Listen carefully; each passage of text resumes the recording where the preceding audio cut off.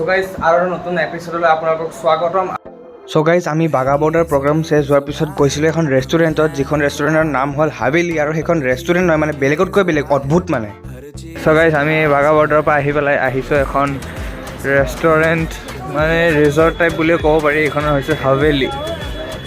মাক কচম, লাইফত এনেকুৱা ৰেষ্টুৰেণ্টত অহা নাই দেই। মানে আপোনালোকে চাওক না, এখন কি হয়, মানে ৰজাৰ ঘৰ নে এখন ৰেষ্টুৰেণ্ট, মাথা ঘূৰাই যাব আপোনাৰ। মানে ইয়াতে এইখন ৰেষ্টুৰেণ্টত মানে পাঞ্জাবী মানুহবোৰৰ যি মানে কালচাৰেল বস্তু আছে সিহঁতৰ, বা সিহঁতৰ লাইফষ্টাইল কেনেকুৱা, বা সিহঁতে কি বাচন বৰ্তন ইউজ কৰে, বা সিহঁতৰ ড্ৰেছ চেছবোৰ মানে এনেকৈ সিহঁতে মূৰ্তি ষ্টাইলত বনাই পেলাই সিহঁতে মানে দেখাইছে। আৰু মানে মিউজিয়াম বুলি ক'ব পাৰি, মিউজিয়াম প্লাছ ৰেষ্টুৰেণ্ট সেনেকুৱা আৰু।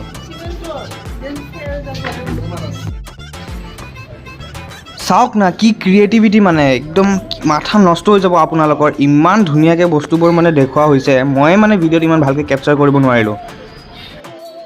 মানে নিজৰ কালচাৰেল মানে ট্ৰেডিশ্যনেল বস্তুবিলাক ইমান ভালকৈ শ্ব' কৰিছে, মানে একদম। আপোনালোকে যদি কেতিয়াবা পাঞ্জাৱ আহে, মানে অমৃতসৰ আহে, আপোনালোকে এইখনত আহিবই, মানে হাইলি ৰিকমেণ্ডেড। বহুত বেছি ভাল লাগিছে আহি পেলাই। নাখালৈ এটলিষ্ট একবাৰ আহিব আৰু চাই যাব। মানে ভাইবটোৱে কিবা এটা মানে ভাল লাগিছে। আপোনালোক কেনেকৈ বুজাওঁ, মই মানে ভিডিঅ'তে ভালকৈ কেপচাৰ কৰিব নোৱাৰিলে। ইমান বেছি ধুনীয়া, মানে কি ক'ম আৰু, মানে পাগলা হৈ গৈছোঁ। স্পেচিয়েলি আপোনালোকে ৰাতি আহিব, ৰাতি।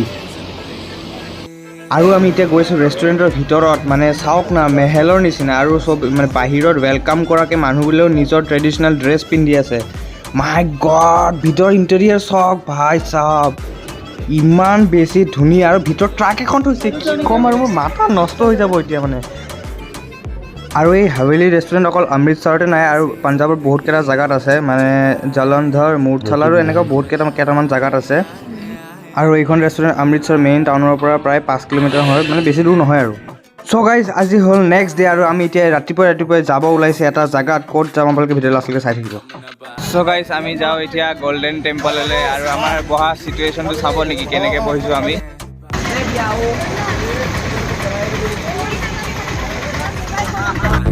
SCG,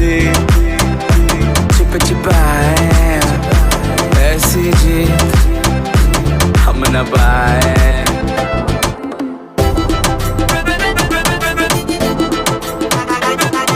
এইখন অৰ্ডাৰ আহিলে, এইখন ইমান অদ্ভুত চাওক। এইখনত 12জন মানুহ বহিব পাৰে। আমি 12জন মানুহ বহি আহিছোঁ এইখনত, অদ্ভুত। চ' গাইজ আমি গল্ডেন টেম্পলৰ ফালে গৈ আছোঁ। মানে ইয়াৰ পৰা গাড়ী চাড়ী যাব নিদিয়ে।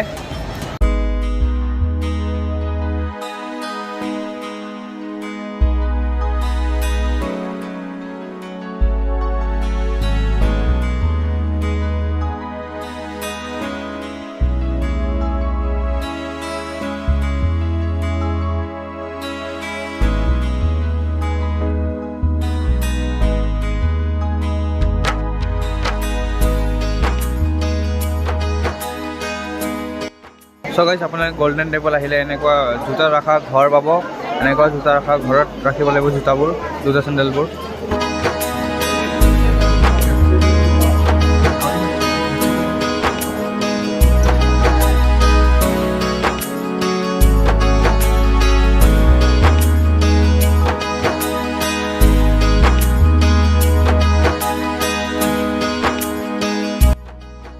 চ' গাইজ আমি ভিতৰত দৰ্শন কৰিব নোৱাৰিম, কাৰণ বাহিৰত ইমান বেছি ভিৰ। আৰু ভিৰত ৰখিলে প্ৰায় 3-4 ঘণ্টা লাগিব ভিতৰত সোমাব, মানে দৰ্শন কৰিবৰ কাৰণে। তো আমি নোসোমাওঁ এতিয়া।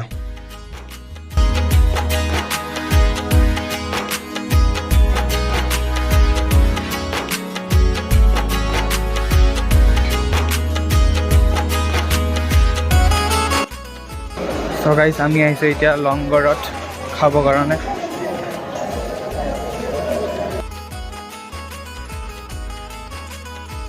চ' গাইজ আমি গল্ডেন টেম্পলৰ ভিতৰতো দৰ্শন কৰিব নোৱাৰিলোঁ, মানে সোমাবতো নোৱাৰিলোঁ। তো আমি লংগৰ খাই পেলাই এতিয়া যিফালে সোমাইছিলোঁ সেইফালে ওলাই আহিছোঁ। আৰু ওলাই আহিয়ে দেখিলোঁ এটা তলত এটা মিউজিয়াম আছে, তাতে কিবা এটা এতিয়া শ্ব' হ'ব, মানে 4টা শ্ব' হ'ব গল্ডেন টেম্পলৰ হিষ্ট্ৰীৰ বিষয়ে দেখাব। তো তাকে চাব আহিলোঁ। আৰু একদম ফ্ৰী অফ কষ্ট, একো টিকেট কাটিব না।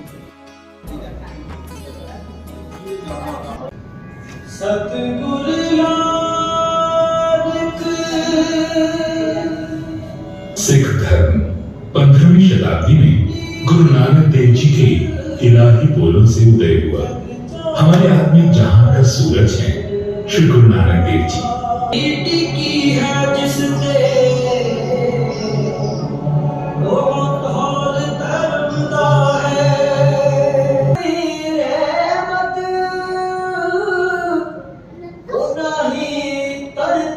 धरती की बोली और गुरुमुखी।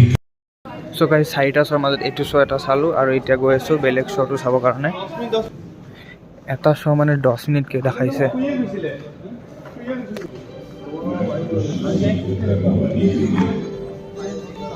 जिसने इस बाग पुनीत जमीन से जन्म लिया, क्या कहते उस समय बहुत छोटी थी मैं, बस होश ही अभी।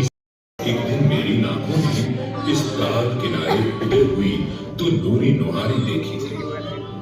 मेरे पत्तों में झंकार हुई, जड़ तक अमृत संचार हुआ। माता धरती ने बताया मुझे, ये दीन दुनी के शहंशाह, तीजे और चौथे बादशाह गुरु अमरदास गुरु हर मंदिर में प्रकाश हुआ, कुछ और सब्ज हो गई थी। সো গাইজ সেকেন্ড প্ৰগ্ৰাম খতম আৰু এতিয়া গৈ আছোঁ থাৰ্ড প্ৰগ্ৰামত। মজা আছে নহয়?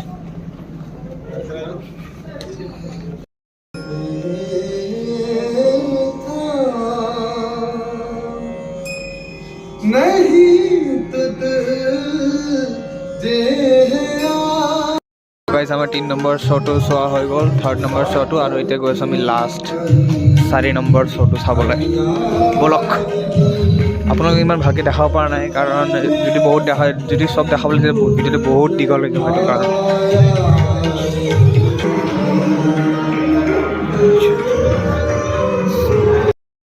पसरया होया है सृष्टि का सृजनहार इस सृष्टि में भी बस मूल मंत्र में जो उसका स्वरूप इस तरह। সো গাইজ আমাৰ প্ৰগ্ৰাম মানে কি প্ৰগ্ৰাম চোৱা হৈ গ'ল। সো গাইজ আমি গল্ডেন টেম্পলত আহিছিলোঁ 12টা বজাত আৰু এতিয়া বাজি গ'ল 5টা। মানে আমি বহুত টাইম গল্ডেন টেম্পলত কটালোঁ আৰু এতিয়া আমি বজাৰ কৰিম। আৰু আমিতো জালিয়ানৱালা বাগত যোৱাই নাই, তাতেও যাবলৈ বাকী আছে। এতিয়া কি হয় নাজানো, গম নাপাওঁ। আৰু কাইলৈ আমি গুচি যাম কাটৰালৈ। আমাৰ বাছ আছে ৰাতিপুৱা 10টা বজাত। সো গাইজ গুৰুদ্বাৰৰ পৰা আহিলোঁ গল্ডেন টেম্পলৰ পৰা, আৰু আমি এতিয়া বজাৰ ঘূৰি আছোঁ। আৰু মই এইযোৰ খাৰু কিনিলোঁ, আৰু বাকী মানুহবোৰে কিনিছে আৰু কি বহুত বজাৰ চজাৰ কৰিছে। আৰু আমি এতিয়া গৈ আছোঁ জালিয়ানৱালা বাগত। আছোঁ।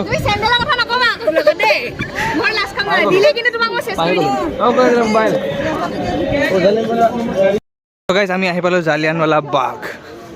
আপোনালোকে জালিয়ানৱালা বাগৰ হিষ্ট্ৰীটো জানে চাগৈ, আৰু যদি নাজানে আপোনালোকে পঢ়িব পাৰে ইণ্টাৰনেটত। চ' গাইজ ইয়াত বেলেগ একো চাব লগা নাই, আৰু কি ইয়াত মানুহৰ মৃত্যু হৈছিল এইটোৱে। আৰু গাইজ এইটোৱে কোৱা, যিটো কোৱাত মানুহবোৰে জঁপিয়াই মৰিছিলে। ইয়াত লিখা আছে চাওক, ইয়াত মানে যিমান জঁপিয়াই মৰিছিল 120 জনকে মানে বিচাৰি উলিওৱা হৈছে। আৰু এইবিলাক চাওক গুলি স্পট।